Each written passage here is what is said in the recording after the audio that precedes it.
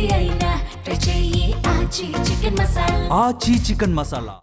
ORR దగ్గరలో ఉన్నటువంటి వట్టినాగులపల్లికి సంబంధించిన ల్యాండ్ ఇష్యూ గురించి ఇప్పుడు పూర్తిగా రాష్ట్రం అంతా కూడా చర్చ అయితే నడుస్తూ ఉంది. దీనికి సంబంధించి అధికార కాంగ్రెస్ పార్టీకి సంబంధించినటువంటి ఓ మంత్రికి సంబంధించినటువంటి కంపెనీ ఉంది అంటూ కూడా ప్రతిపక్ష పార్టీ ఎమ్మెల్యేలు కూడా ఈరోజు అక్కడికి వెళ్ళి ప్రెస్ మీట్ పెట్టి మాట్లాడేటువంటి పరిస్థితి అయితే ఉంది. సో దీనికి సంబంధించి అక్కడ ఉన్నటువంటి డెవలప్మెంట్కి తీసుకున్నటువంటి న్యూజెన్ కంపెనీకి సంబంధించినటువంటి మేనేజింగ్ పార్ట్నర్ సిద్ధార్థ్ గాదే మనతో ఉన్నారు. ఒకసారి మాట్లాడడం అసలు ఈ యొక్క వ్యవహారం ఏంది, దీనికి సంబంధించి ఇష్యూ ఏందనేది కూడా.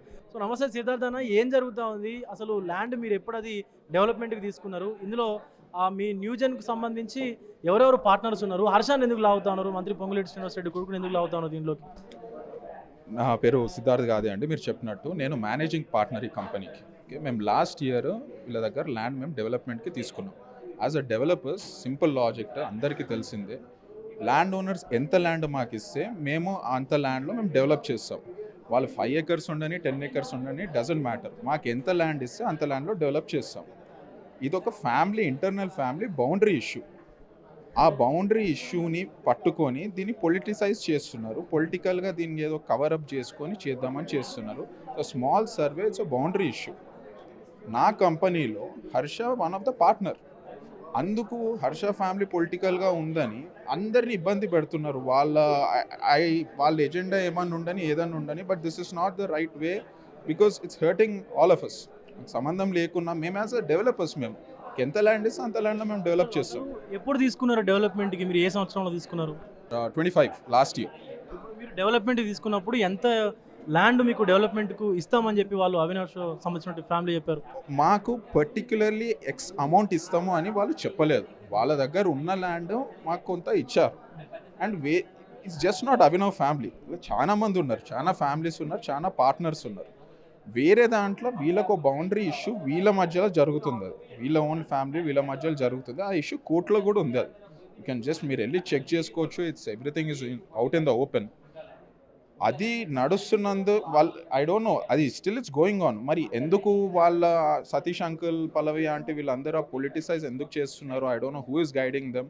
ఇదంతా ఇష్యూ అవుతుంది, అందరికీ అవుతుంది. It's nuisance for their own family.